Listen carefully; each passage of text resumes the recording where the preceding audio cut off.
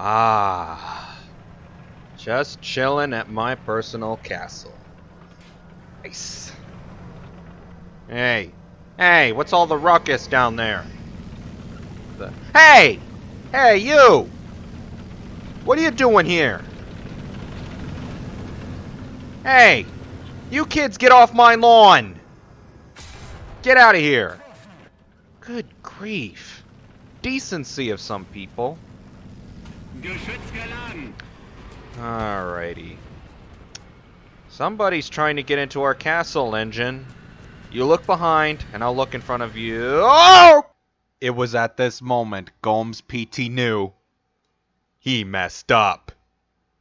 Oh, I'm not damaged. Not badly. Come on, Engine. Get him. Come on. Yeah! Hoo-hoo! Thanks, Engine. My plan worked out perfectly.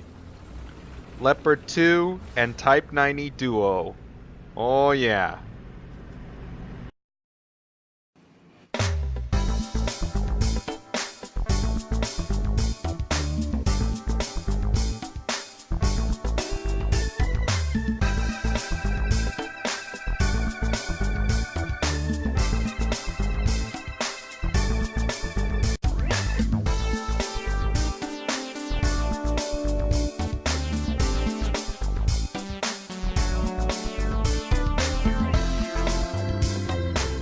Howdy folks, Sauber here. Welcome back to the channel. I'm here. I finally get a break. Because it's at the time I'm making this video, it is close to the 4th of July break, and I get off from work during that time, and I'm able to dish out some more content. And I'll get into that in just a moment. But first off, do you recognize it? You see it? Come on, don't kid yourself. You know you recognize it. You're probably thinking, why am I getting the strangest sensation of deja vu? And not because you're racing a car or a tank. This... Okay, I'll tell you. If you weren't here in April of 2017, you probably won't remember this. This is the desert tricolor camouflage that was used on the Leopard 2A4. Not to be confused with Leopard 2A4, which is what I'm using now. But this is the same camouflage, minus my personal stripes, that was used on the Leopard 2A4 during the 2017 April test. You know, the rank 9. That's where they had, for a few days, I say a few days because it's from March 31st till April 3rd, for the sake of those that might have time zone that have time zone differences, or might have a difference in their schedule that might not allow them to play on April 1st. But on the other days, like March 31st, April 2nd, April 3rd, I appreciate that a lot. Anyhow, that's when that event, sorry if I'm repeating myself, I'm a little tired today. But anyway, the event where the Leopard 2A4 and the T90A Vladimir were available to play. And I was able to download from LiveWT this camouflage, upscale it to match my stripes, and use it on the Leopard 2A4. Cool, huh? And, to deviate a little, I tell you, I was backing up with Engine and I almost did not see that AMX-40. I just decided to look up there, and I was like, oh god, that's an enemy tank. And I guess he couldn't put out the fire or whatever, and he's like, I'm gonna put myself out of my misery. J out right as I fired the second shot. Because when I fired the second shot, it showed it didn't do all that much damage. But yeah. Anyhow, going back to that 2017 April test, I'll never forget it. Because at the time, the top tier we had was the M60A1, I think the T62 or the T55A, and the Leopard A1A1. So when we did the April test, I was like, oh man, could we one day get these? Because my knowledge of more modern tanks at that time was quite minimal. Like, I didn't know what composite armor was. I didn't know that chemical and kinetic rounds were a thing. I mean, I knew about them, but I didn't know that against composite armor, like, for example, during the test, I used heat a lot because I didn't really know or let me rephrase that. I didn't really know the strengths and advantages of APFSDS at the time because the only tank that had it at the time was the T-62, and I didn't have the T-62 at the time. So I was like, I'll just stick with my good old heat rounds, and it did the job, but then again, because it was an April Fool's thing, not a lot of things that should have been a thing were not. For example, the T-90's ERA did not work. And the composite armor, I don't think it was modeled accurately because they didn't have the armor X-ray yet. I don't know, there was just so many things that weren't 100%. But it was just to get, I think, get the players hyped, because there was an occasion where War Thunder posted a tweet, excuse me, where they asked their community, they showed a picture of a chieftain or a challenger, no, not a challenger, a chieftain, and they asked, do you War Thunder players want more modern tanks? And a bunch of people went crazy over it and like, yes, give my Abrams, Leopard 2, T-64. And I myself really was interested in the T-64 because, I don't know, it just looked like such a cool looking tank in pictures and in other games. It just looked really cool. And then we got the T-64A, even a T-95E1 can pen it from the front on its upper plate. I don't know if it's not modeled accurately or if it's just really was that weak. But when I got my T-64A, I got it for its gun. I knew that it wasn't as mobile as the MBT-70. Oh man, you gotta love shots like that. You're on a high ground, you see a T-64 TC, oh my goodness.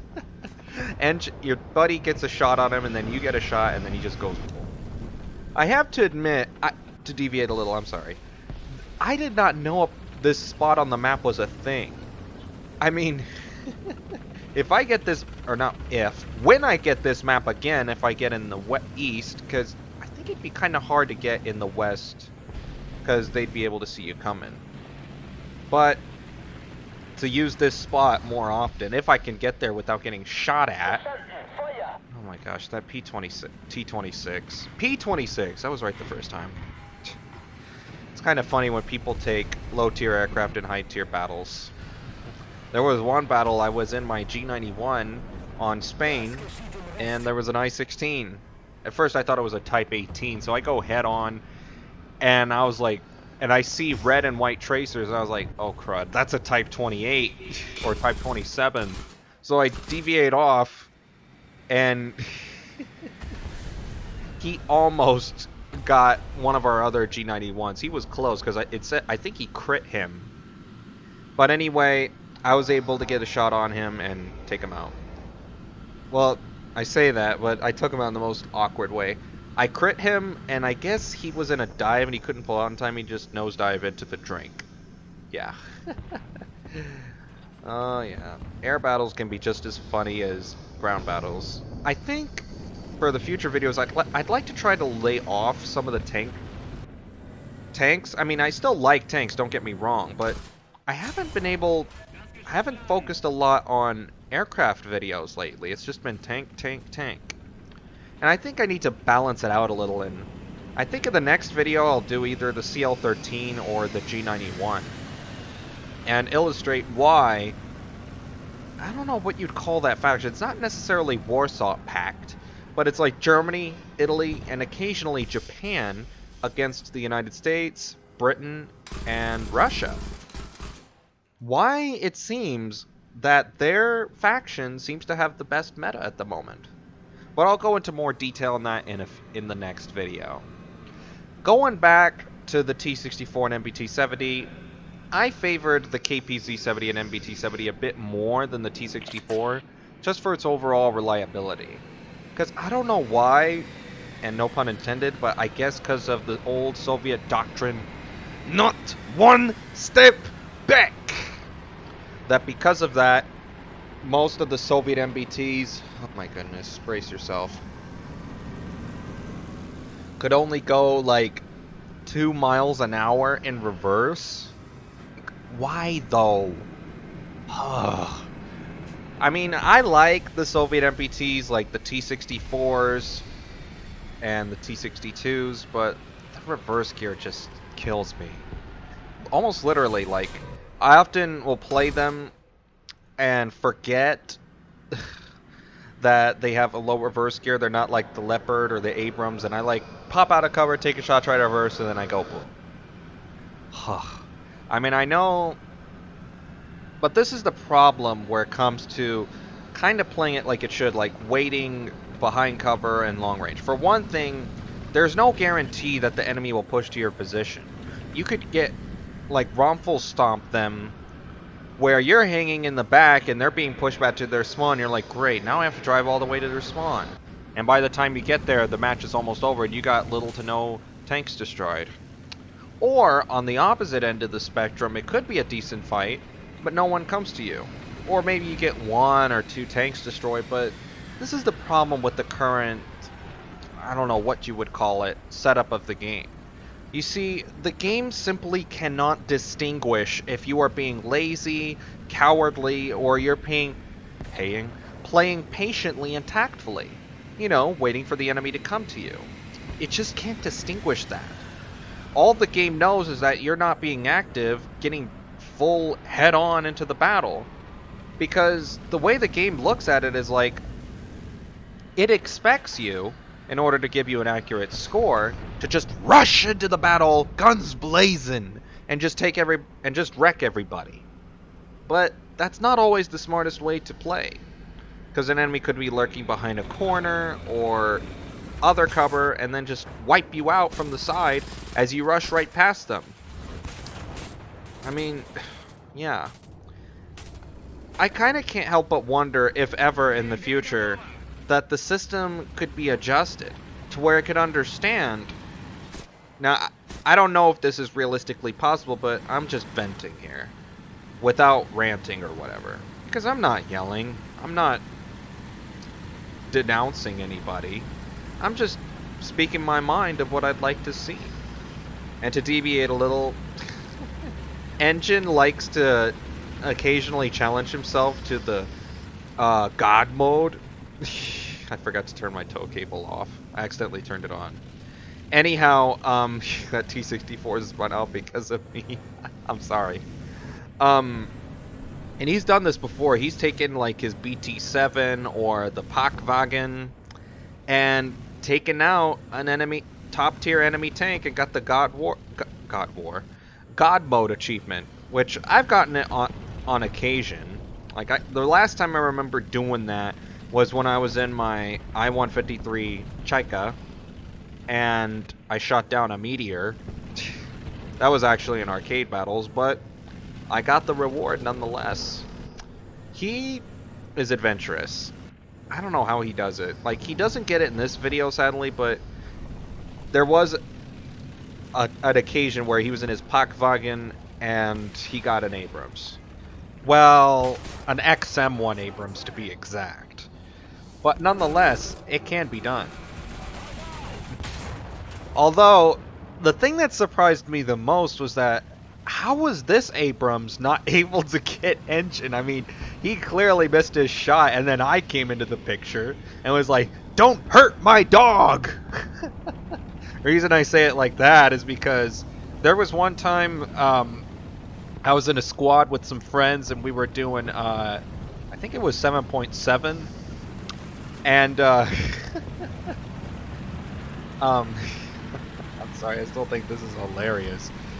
This guy accidentally took the wrong preset, and he was in his Panzer II H, and I was like, dude, press 0, and he's like, why? And I'm like, just do it. He presses 0 and I attached him and he goes, oh, I'm your dog. I was like, that's funny. So I essentially walked my dog until he acted as my meat shield. And this M61 shot him. Of course, the heat round couldn't go through him and me, so it only damaged my track. So I was able to get an aim on the M60 and take him out. And even then, the guy in the Panzer II, this was a long time ago, so I forgot his name. So if you're watching this, sorry if I forgot your name. He had enough points to take another tank, and he ended up getting 2 more kills. So that was kind of fun. Anyway, highlighting on this battle, I don't know what happened. This is one of the shortest battles I've played. I mean, the shortest being like 4, maybe 5 minutes, but this one being 7 minutes, I was on a rampage. I got the M1, then that Japanese Gepard, Type 87, and then this poor guy. Good morning, sir. Look behind you. Oh no, oh no, oh no, oh no, oh no, oh no, oh no, oh no, oh no, ow! My butt. I was like, what? How did he not see me? I had way too much fun in this battle. And I'm like, great, I can't see a thing. And so I tried to reposition to get in a better spot, and then... Hello! Hello, buddy. Ow! The XM1 came out of nowhere. So I decide, where am I going to go? And I'm like, oh, good grief, there's another one! Another XM1! With some clearly visible desert camo.